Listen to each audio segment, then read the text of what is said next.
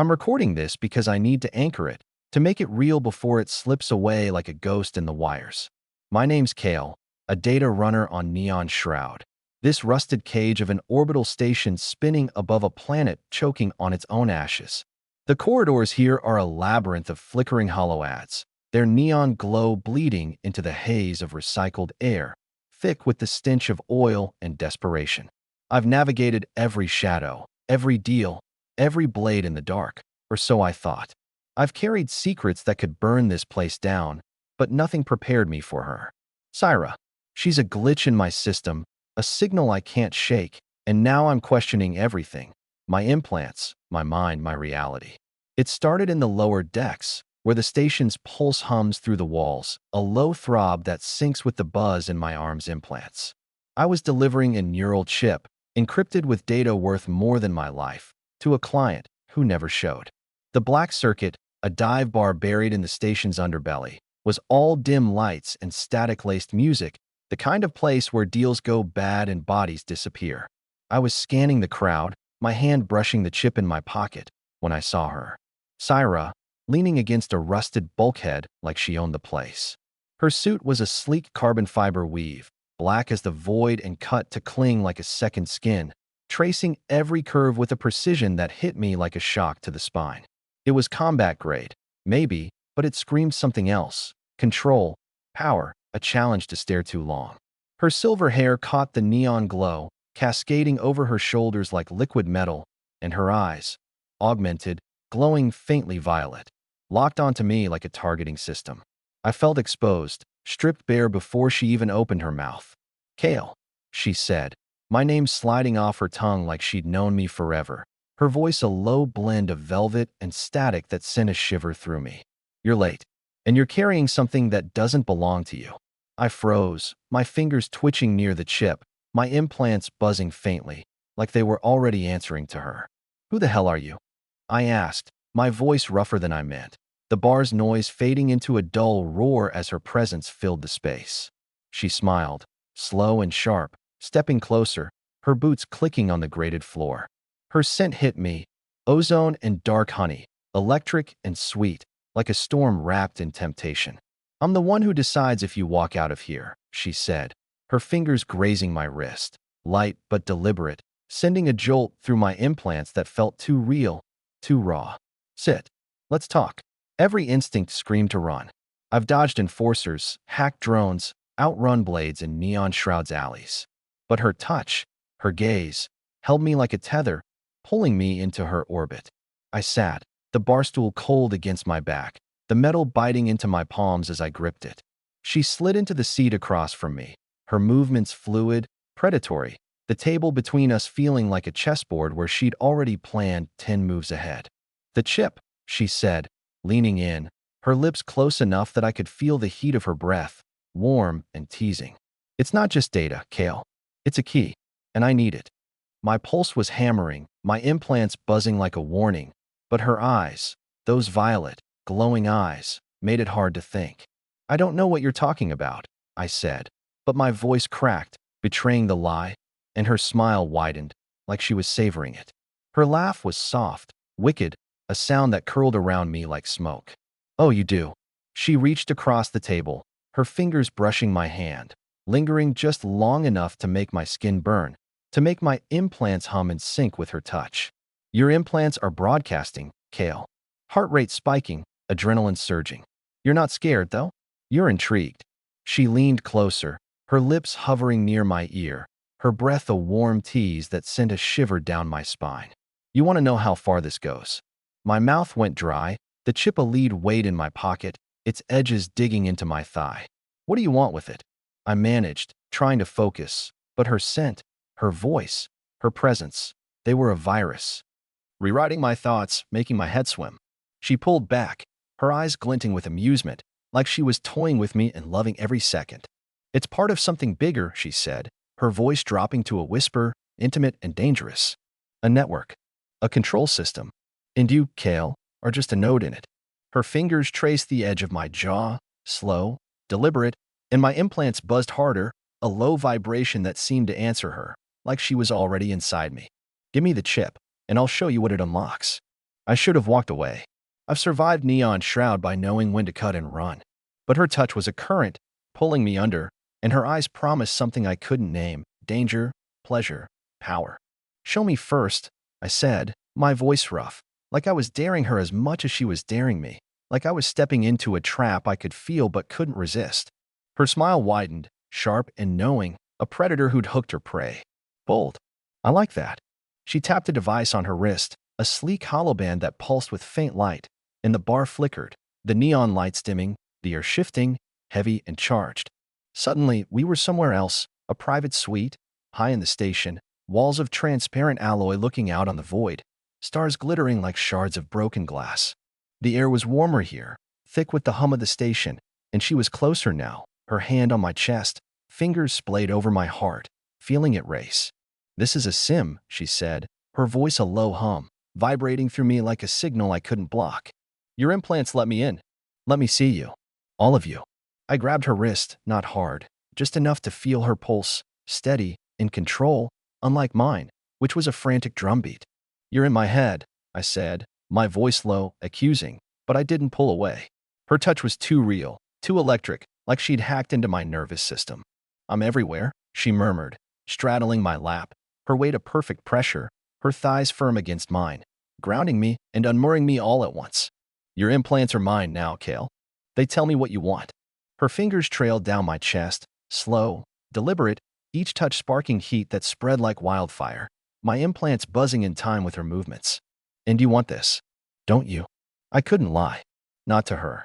Her eyes stripped me bare, peeling back every defense, every lie I'd told myself to survive this station. "You're cheating," I said, my voice rough, barely holding together, like I was clinging to the edge of a cliff in a storm.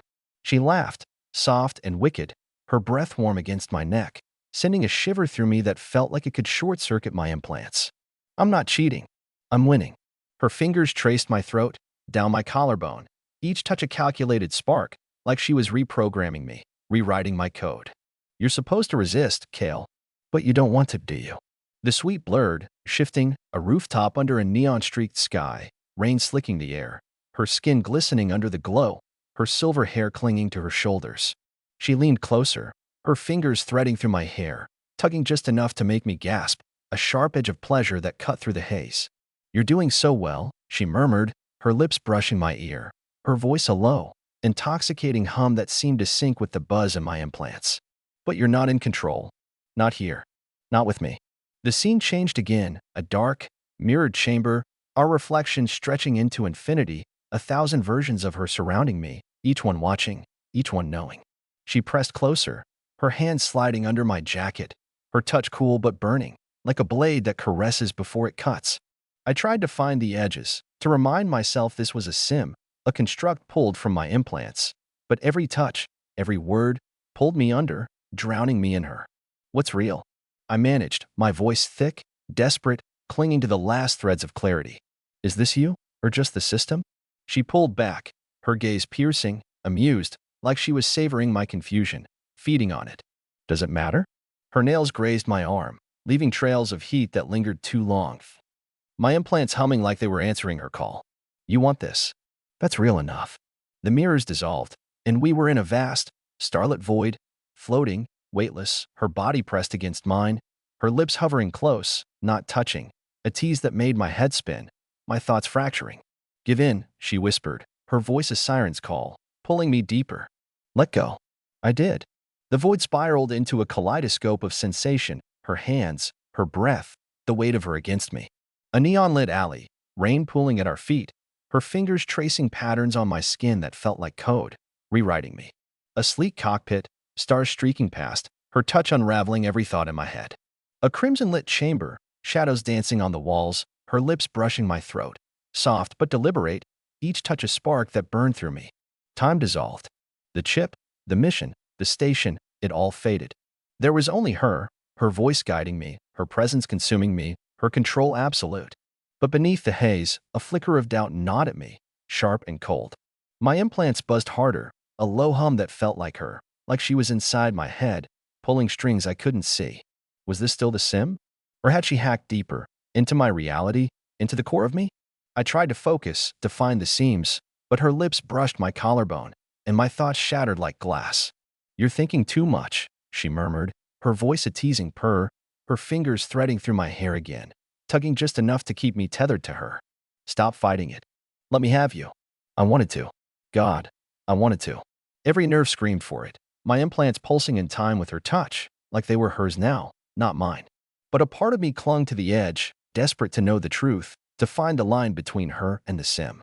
I grabbed her shoulders, my grip firm, searching her eyes for answers. "Who are you?" I asked, my voice raw, almost pleading. "What do you want?" Her smile was a secret, sharp and dangerous, like a blade hidden in silk. "I'm Syra," she said, her fingers brushing my cheek, possessive, claiming. "And I want everything." She leaned closer, her lips almost touching mine, her breath a warm promise that made my head swim. "The chip, Kale. Give it to me, and I'll show you what it unlocks." I reached into my pocket, the chip's weight heavy in my hand, its edges biting into my palm. I hesitated, her gaze pinning me, her touch a promise and a threat, her presence a gravity while I couldn't escape. "What does it do?" I asked, my voice barely a whisper, my implants buzzing like they were begging me to comply. "It's a key," she said, her fingers closing over mine, guiding the chip to her, her touch electric, sparking through me. "To a network that controls the station. The air you breathe, the lights you see, the data that runs through every system. And you, Kale, you're part of it now." I handed it over, my fingers brushing hers, a spark jumping between us, my implants humming in response. She smiled, triumphant, and tapped her wrist device. The void flickered, and we were back in the black circuit, the neon lights harsh, the noise jarring, the air thick with the stench of cheap synth alcohol.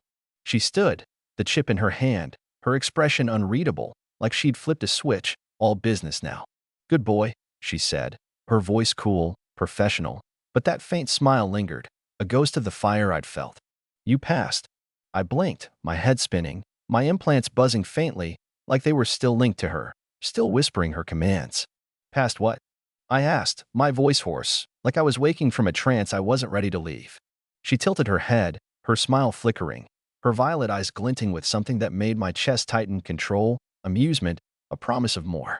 "The test," she said, stepping closer, her fingers brushing my arm, just enough to make my breath catch, to make me question everything. "You're free to go, Kale. For now." I stood, my legs unsteady, my mind a tangle of heat and doubt.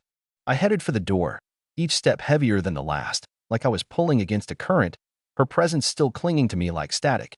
The door hissed open, revealing the station's grimy corridors, the air thick with the stench of oil and metal, the walls scarred with years of deals and betrayals. I glanced back.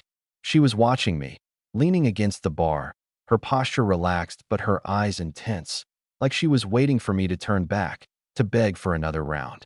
I forced myself to step through, the door sliding shut behind me with a final, metallic clank. The corridors felt wrong, the lights too dim, the air too warm, her scent, ozone and dark honey, clinging to my skin, my clothes, my thoughts. My steps echoed, but they were off, like the station was out of sync, like the rhythm of Neon Shroud had shifted. My implants buzzed, a faint pulse that felt like her, like she was still in my head, still pulling strings. I passed a reflective panel, its surface scratched and cloudy, and caught my reflection, my eyes too wide, my face flushed, my breath uneven.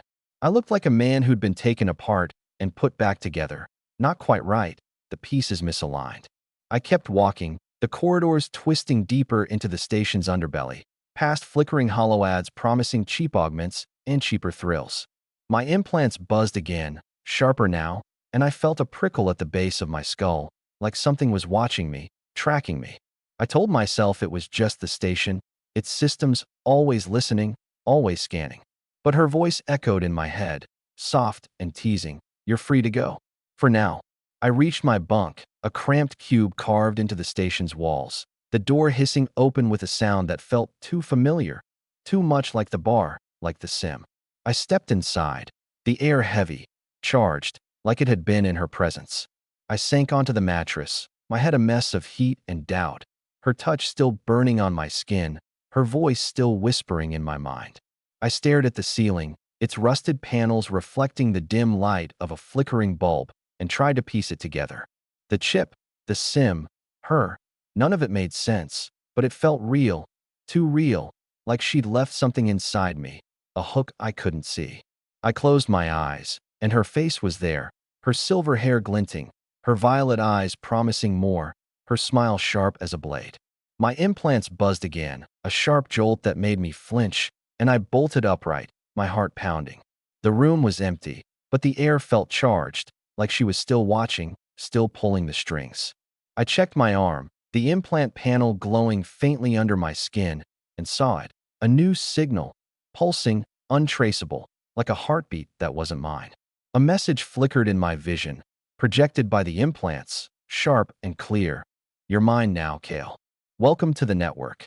My blood ran cold, my breath catching in my throat. The chip wasn't just data.